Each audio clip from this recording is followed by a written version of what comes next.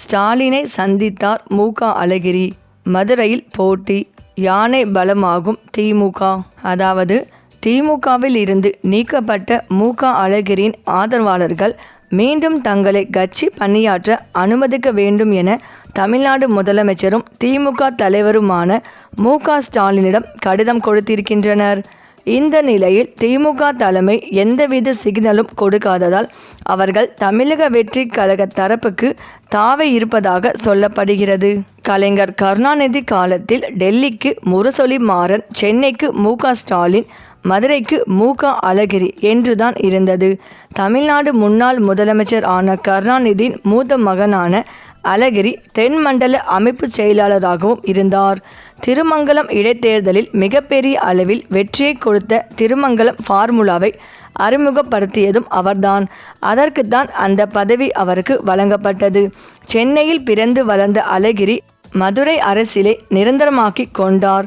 திண்டுக்கல், தேனி, மதுரை, சிவகங்கை, ராமநாதபுரம் என தென் மாவட்டங்களில் அவருக்கு பெரிய ஆதரவாளர் வட்டம் இருந்தது.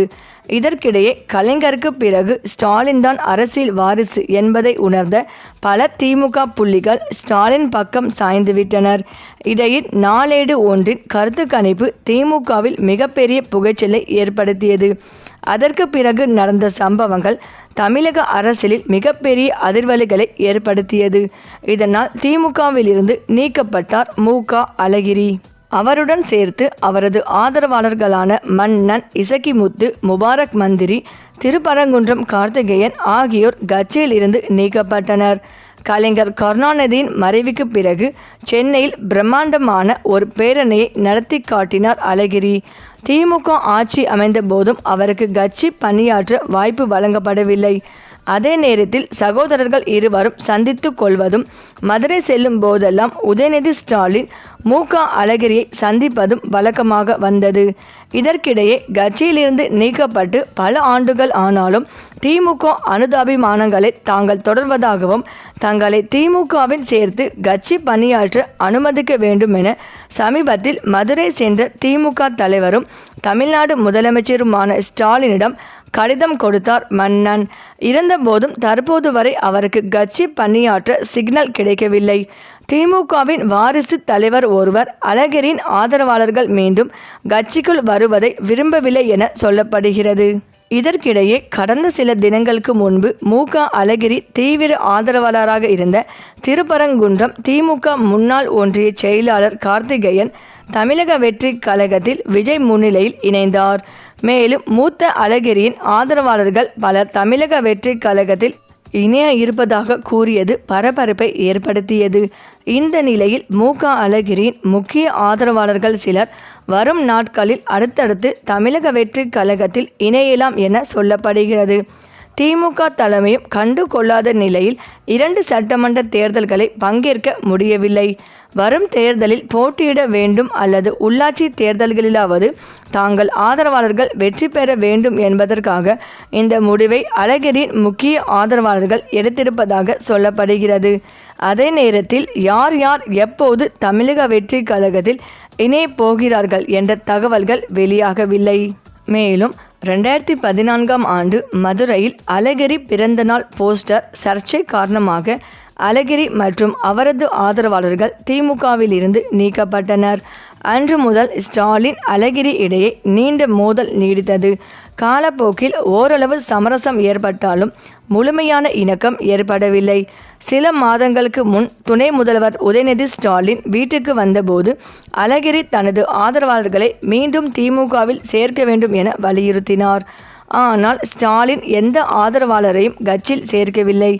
இதனால் திமுகவை நம்பியிருந்தால் அரசியல் எதிர்காலம் இல்லை என அழகிரி ஆதரவாளர்கள் முடிவு செய்தனர்.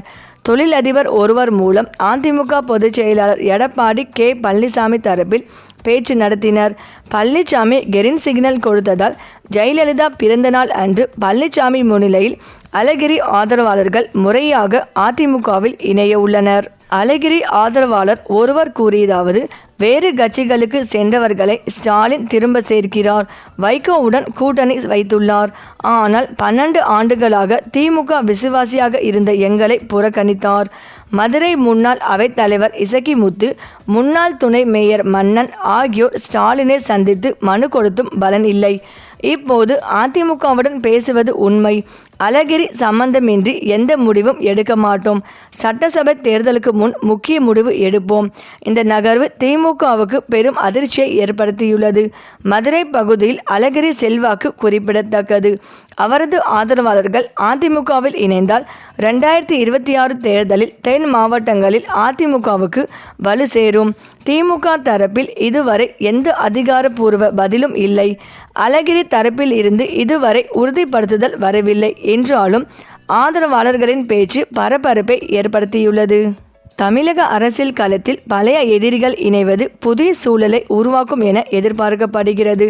ஜெயலலிதா பிறந்தநாள் அன்று இணைப்பு நடந்தால் அது அதிமுகவுக்கு பெரும் உற்சாகத்தை அளிக்கும். இதற்கிடையே கடந்த சில தினங்களுக்கு முன்பு மு.க. அழகிரி தீவிர ஆதரவாளராக இருந்த திருப்பரங்குன்றம் திமுக முன்னாள் ஒன்றிய செயலாளர் கார்த்திகேயன் தமிழக வெற்றி கழகத்தில் விஜய் முன்னிலையில் இணைந்தார். மேலும் மு.க. அழகிரியின் ஆதரவாளர்கள் பலர் தமிழக வெற்றி கழகத்தில் இணைய இருப்பதாகவும் கூறியது பரபரப்பை ஏற்படுத்தியது. இந்த நிலையில் மதுரை அரசியலில் பரபரப்பு திருப்பமாக அழகிரியின் ஆதரவாளர்கள் திமுகவின் பரம எதிரி கட்சியுடன் கூட்டணி சேர தயாராகி வருவதாக தகவல்கள் வெளியாகியுள்ளது. அதாவது திமுக தரப்பில் இருந்து எந்த விதமான பச்சை சிக்னலும் கிடைக்காத நிலையில் குட்டி குழந்தை கட்சியான தாவேகாவுக்கு செல்ல சீனியர்கள் சிலர் விரும்பவில்லை.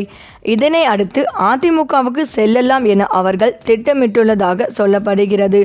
மதுரை லோக்கல் புள்ளிகளின் தயவு இல்லாமல் சில தொழில் ரீதியான நட்புகள் மூலம் அதிமுக தலைமையுடனே நேரடியாக அவர்கள் பேசியதாக சொல்லப்படுகிறது. கட்சிக்கு வந்தால் நிச்சயம் உரிய முக்கியத்துவமும் பதவியும் வழங்கப்படும் என அதிமுக தலைமை உறுதி அளித்த நிலையில் அவர்கள் விரைவில் அதிமுகவில் ஐக்கியம் ஆகலாம் என சொல்லப்படுகிறது.